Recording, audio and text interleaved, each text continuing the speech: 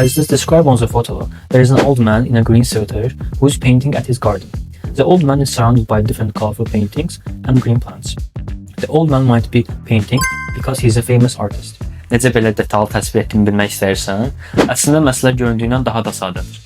Sadəcə bir çox tələbə hazırlıq zamanı bu kiçik strukturu düzgün istifadə etmir. Birinci şəkildə ümumi təsvir etməlisən. Şəkildəki insanın və insanların nə geyindiklərini, nə etdiklərini və harda olduqlarını bir cümləyə bildirməlisən. Məsələn, as it is described on the photo, there is an old man in a green sweater who is painting at his garden.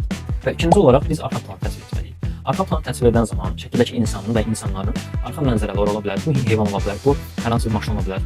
Bu nümunədə biz baxdığımız zaman gördük ki, the old man is surrounded by different colorful paintings and green plants. Üçüncü strukturda biz speculation. Speculation tamamilə tələbənin öz imagination bacarıqlığından asılıdır. Çünki siz şəkildəki insanın və insanların bu şəkildə bu dəqiqə nə etdiklərini təxmin edirsiniz. Məsələn, bu nümunəyə baxaq. The old man might be painting because he is a famous artist. Duolingo imtahanında vaxt itirmə.